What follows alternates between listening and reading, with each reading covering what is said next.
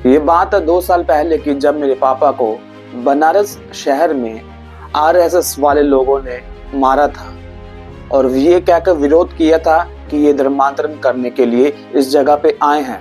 बाद में मेरे पापा को ये बात पूछी गई, क्या आप इन लोगों के लिए कोई कार्रवाई करना चाहते हो? तो मेरे पापा का जवाब ये था कि नहीं, मैं इनको क्षमा करना चाहता हूँ। आप सभी को प्रभु यीशु मसीह के नाम में जय मसीह की। प्रियो, आज हम बात करेंगे प्रेम पत्थर को भी पिघला देता है। आज इस चल रहे संसार में जब हम देखें तो प्रेम नाम की कोई चीज ही नहीं है।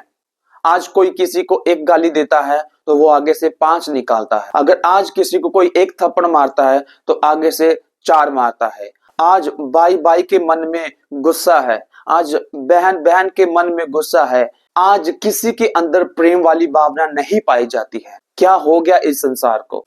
प्रेम पत्थर को भी पिघला सकता है। हमारे पास बहुत अच्छी एग्जाम्पल है और एक्सीलेंट एग्जाम्पल है। इससे मुख्य और बड़ी एग्जाम्पल कोई नहीं हो सकती, वो है प्रभु यीशु मसीह की एग्जाम्पल। इंसान के जैसा पत्थर दिल कोई नहीं था, क्योंकि इंसान ऐसा पापी हो चुका था। इंसान ऐसा पाप के दलदल में फंस गया था कि इंसान को पाप में से निकलना बहुत मुश्किल था और इंसान को कोई रास्ता नहीं दिखाई दे रहा था कि मैं कैसे इस पाप से धुल जाऊं, कैसे इन पापों से छुटकारा पाऊं। क्योंकि प्रियो, इंसान जब पैदा हुआ तो मां की कोख में ही वो पाप की अभिलाषा से पैदा हुआ। पाप कहां से आया? परमेश्वर ने आदम को अपने स्वरूप और अपनी समानता में बनाया था, पर उसने अनाज्ञाकारिता के कारण परमेश्वर के तेज को खो दिया, परमेश्वर की उपस्थिति को अपने अंदर से खो दिया और पाप वाला स्वभाव उसके अंदर आ गया। तब से लेकर आज तक वो इतना पाप बढ़ता चला आ रहा है।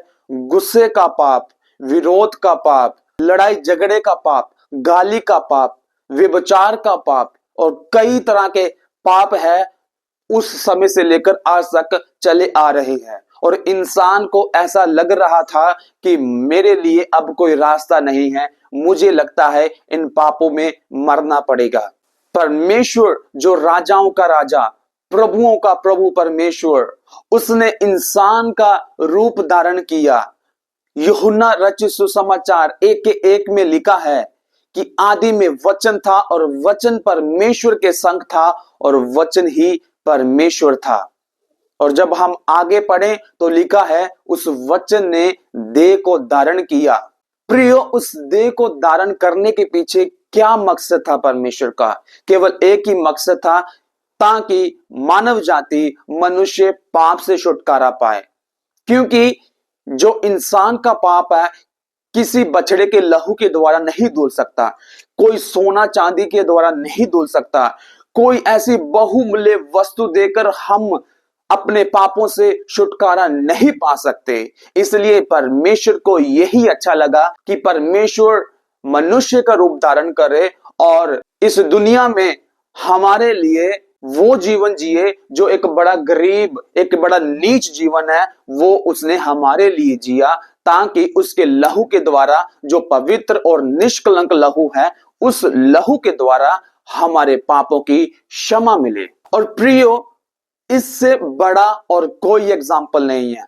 यीशु मसीह ने हमारे लिए अपनी जान दी।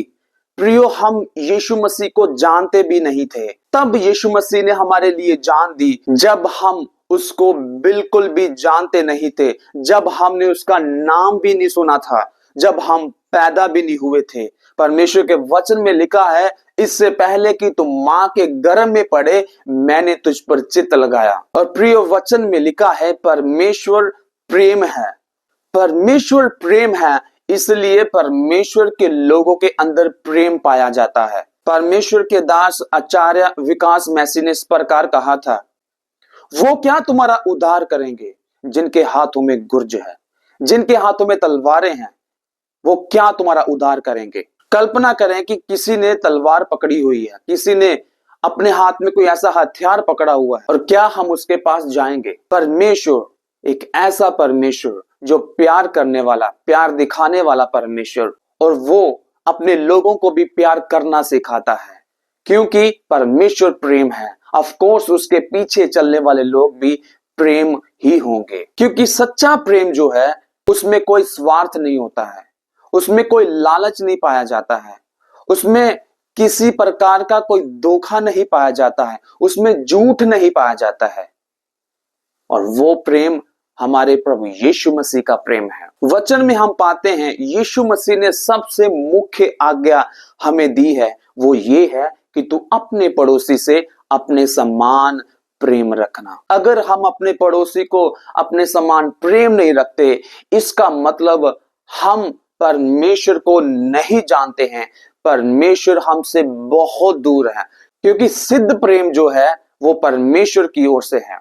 अब हमारा पड़ोसी कौन है? वो कोई भी हो सकता है। इसका मतलब ये नहीं कि वो क्रिश्चियन हो, कोई भी हो सकता है, चाहे वो मुस्लिम हो, सिख हो, ईसाई हो, वो हमारा पड़ोसी परमेश्वर के वचन के अनुसार है। कोई दुख में है, कोई दर्द में है, तो परमेश्वर हमें उसे प्रेम करने के लिए बोलते हैं। और गोल्डन वर्स जो बाइबल में पाई जाती है वो ये है कि परमेश्वर ने जगत से ऐसा प्रेम किया कि उसने अपना एक लौता पुत्र दे दिया, ताकि जो कोई उस पर विश्वास करे वह नाश ना हो बल्कि अनंत जीवन को प्राप्त करे। इसलिए आइए आज से हम प्रेम करना शुरू करें। वो हमारा भाई भी हो सकता है जिसके साथ हमारा झगड़ा हुआ है, वो हमारी बहन भी हो सकती है जिसके साथ हमने झगड़ा किया है, वो हमारा आंटी अंकल कोई भी हो सकता है जिसके साथ हमने झगड़ा किया है। प्रियो, आइए आज हम उनके पास जाकर उसी प्रेम में फिर से बंध जाएं, फिर से उस प्रेम को कायम कर लें, क्योंकि विश्वास बिना कर्मों के अधूरा है, ऐसा परमेश्वर का वचन कहता है। प्रेम प्रेम प्रेम कहने से कुछ नहीं होगा जब तक प्रेम का कोई कार्य नहीं है, प्रेम का कोई काम नहीं है, तब तक प्रेम मुर्दा है, क्योंकि विश्वास बिना कर्मों के अधूरा है। इसलिए आज परमेश्वर का वचन हमें ये सिखा रहा है कि हे मेरे दोस्तों, हे मेरे मित्रों, हे मेरे बेटे, हे मेरे बेटियों, आओ आज हम जिन किसी से नाराजगी है, गुस्सा है, गिला है, आज हम उन सभी नाराजगियों को खत्म करके हम परमेश्वर के सिद्ध प्रेम में आगे बढ़े। आप सभी को प्रभु बहुत आशीष दे। आप सभी को जय मसीह की।